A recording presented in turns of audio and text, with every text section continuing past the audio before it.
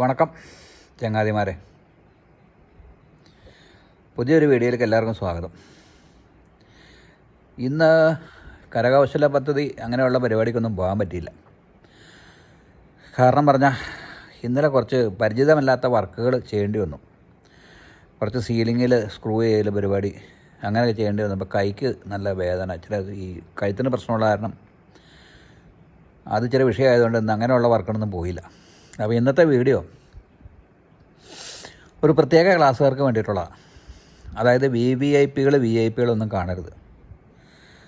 സാധാരണക്കാരനായ മനുഷ്യർ അവർക്ക് ആവശ്യമുള്ള ഒരു വസ്തു അല്ലെങ്കിൽ അവർക്ക് ഉപയോഗിക്കാൻ പറ്റിയ ഒരു കാറ്, അതിനെക്കുറിച്ചുള്ള ഒരു ഒഴുക്കൻ റിവ്യൂ ആണെന്ന്. ഡീറ്റെയിൽ ആയിട്ടൊന്നും പറയേണ്ട കാര്യമില്ല.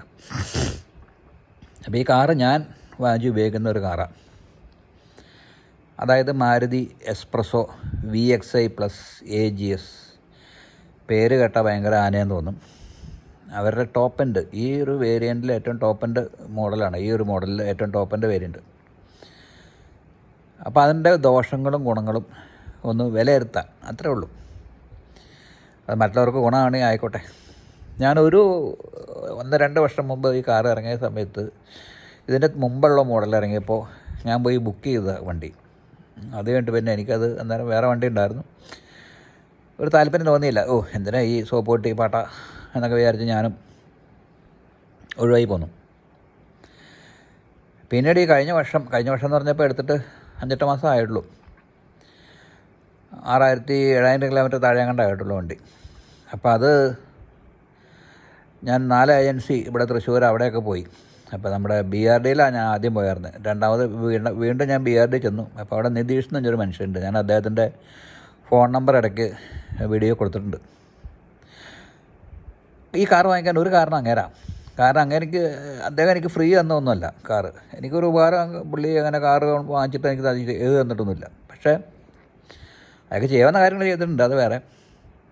അയാളുടെ പെരുമാറ്റം ശരിക്കും ഒരു കമ്പനിയുടെ മുതൽക്കൂട്ട് എന്ന് പറയുന്നത് ഇങ്ങനെയുള്ള സ്റ്റാഫുകളാണ്.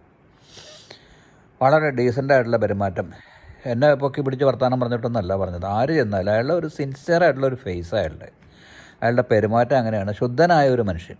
അപ്പോൾ നിങ്ങൾക്ക് ആർക്കെങ്കിലും ഒരു കാറ് മേടിക്കാൻ പ്ലാൻ ഉണ്ടെങ്കിൽ, ബാക്കി കാര്യമൊന്നും എനിക്കറിയില്ല, ഈ നമ്മുടെ തലവറുള്ള BRD ചെന്നിട്ട് നിതീഷ് സാറിനെ ഒന്ന് കണ്ടു കഴിഞ്ഞാൽ അയാളുടെ പേഴ്സണാലിറ്റി എന്താണെന്ന് നിങ്ങൾക്ക് മനസ്സിലാവും.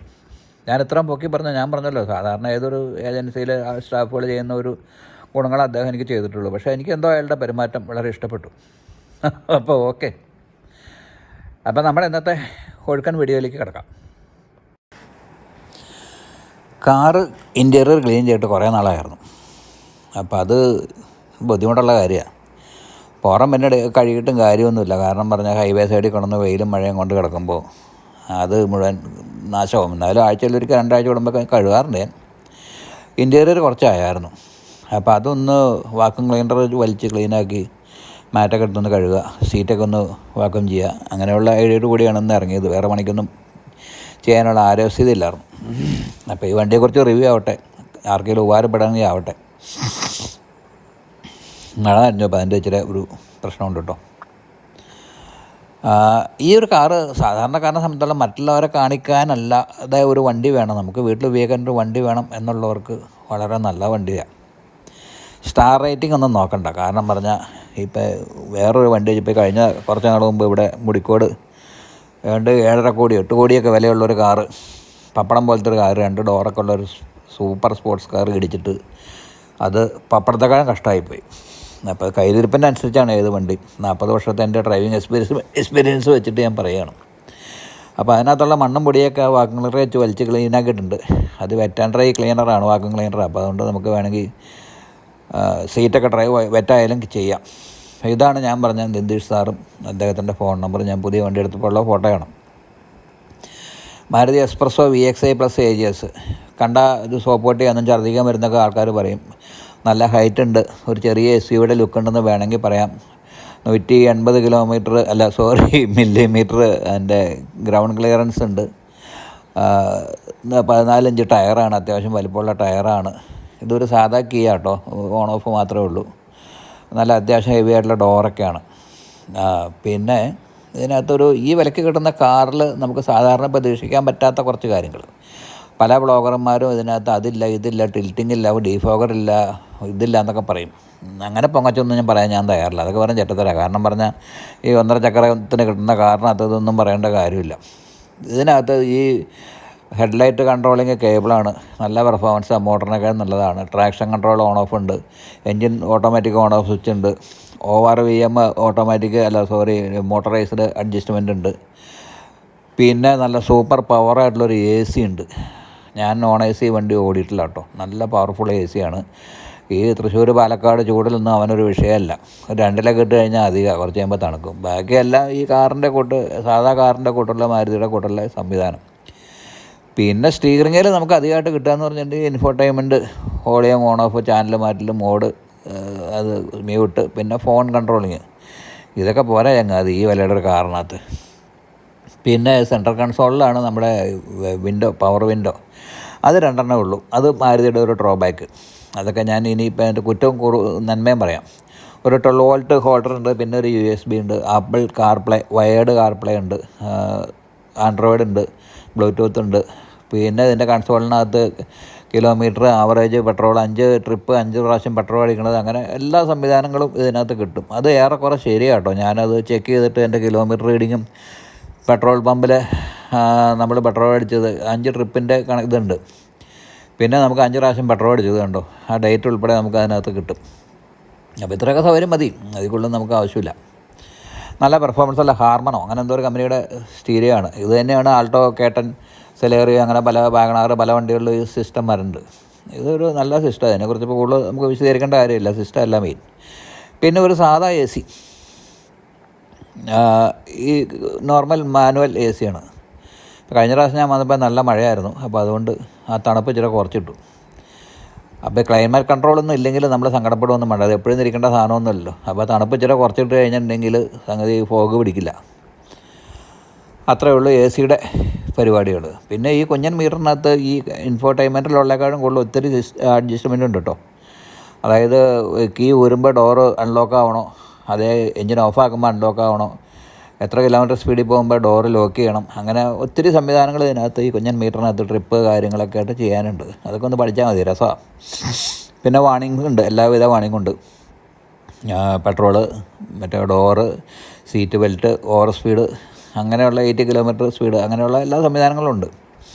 ഓവറോൾ നല്ല പെർഫോമൻസാണ്. ഈ സെൻട്രൽ കൺസോളിലാണ് മീറ്റർ എന്നുള്ളത് നമുക്ക് കാണുമ്പോൾ ഒരു ബുദ്ധിമുട്ട് വന്നു, പക്ഷേ കയറി ഇരുന്ന് ഡ്രൈവ് ചെയ്യുമ്പോൾ യാതൊരു ബുദ്ധിമുട്ടുമില്ല. കാരണം അത് നല്ല വലുപ്പത്തിൽ നമുക്ക് സ്പീഡ് കിട്ടും. പിന്നെ അടുത്തൊരു ഡ്രോബാക്ക് എന്ന് പറഞ്ഞിട്ടുണ്ടെങ്കിൽ ഈ വെള്ളിമൂങ്ങയുടെ ഒക്കെ ഗിയർ ലിവർ പോലത്തെ ഒരു പന്ന ഗിയർ ലിവറാണ് ഈ ടോപ്പ് എൻഡ് വണ്ടിക്ക് വെച്ചേക്കുന്നത്, ഓട്ടോമാറ്റിക് വണ്ടിക്ക്, ഓട്ടോമേറ്റഡ് ഗിയർ ബോക്സിനകത്ത്. ഇത് നല്ല ഏറ്റവും റിഫൈൻഡ് ഗിയർ ബോക്സാണ് മാരുതിയുടെ, ഏറ്റവും ലേറ്റസ്റ്റാണ്, 2026 ആണ്. അപാര പെർഫോമൻസാണ്. ഒരു ക്യാമറ അവർ ഫ്രീ ആയിട്ട് ഫിറ്റ് ചെയ്ത് തന്നാണ്, കമ്പനി തന്നെ ഫിറ്റ് ചെയ്ത് തന്ന, ഗൈഡ് ലൈൻസ് ഒന്നുമില്ല. പക്ഷേ നമുക്ക് പുറവശത്ത് വല്ല പട്ടിയോ കോഴിയോ അല്ല മനുഷ്യരോ വണ്ടിയോ വല്ലതും ഉണ്ടോ എന്ന് കാണാം, അങ്ങനെ ഒരു ഗുണമുണ്ട്. പിന്നെ ഇത് മാനുവൽ മോഡിൽ ഓടിക്കാം, പക്ഷേ എനിക്ക് അതിൻ്റെ ആവശ്യം വന്നില്ല. കാരണം ഇത് നല്ല റിഫൈൻഡ് ഗിയർ ബോക്സാണ്. ഇത് ഓടിക്കാൻ പഠിക്കണം കേട്ടോ. നമുക്ക് വണ്ടി ഓടിക്കാൻ അറിയാമെന്ന് പറഞ്ഞിട്ട് കാര്യമൊന്നുമില്ല, പല വണ്ടി ഓടിച്ചിട്ടുണ്ടെന്ന് പറഞ്ഞിട്ട് കാര്യമൊന്നുമില്ല.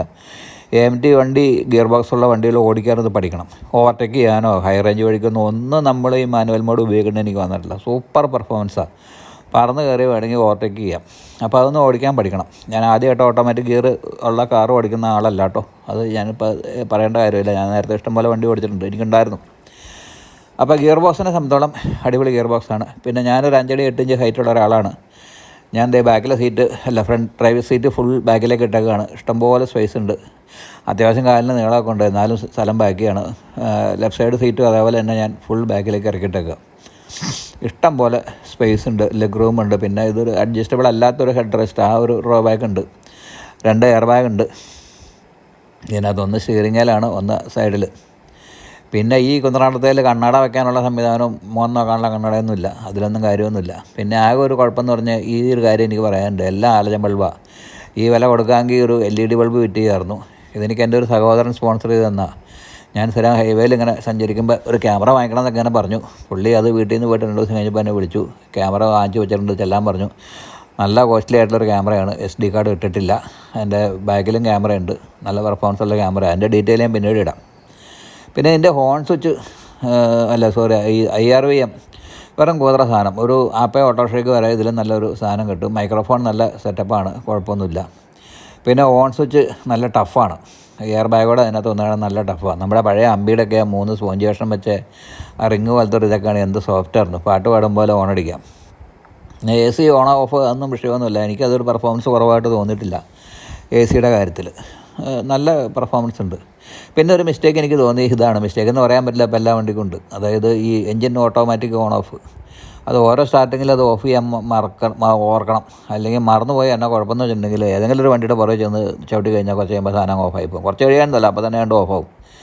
പിന്നെ നമ്മൾ ബ്രേക്കിൽ നിന്ന് കാലെടുക്കുമ്പോൾ സാധനം ഓണാവും. അപ്പോൾ അങ്ങനെ എപ്പോഴും ഓണായി ഓഫായി അതിൻ്റെ ബാറ്ററി സെൽഫ് മോട്ടറൊക്കെ പോകുന്നൊരു തോന്നൽ. ഞാനിപ്പോൾ അത് പഠിച്ചു. വണ്ടി സ്റ്റാർട്ടാക്കുമ്പോൾ കൂടെ തന്നെ അത് ഓഫാക്കാനും പഠിച്ചു.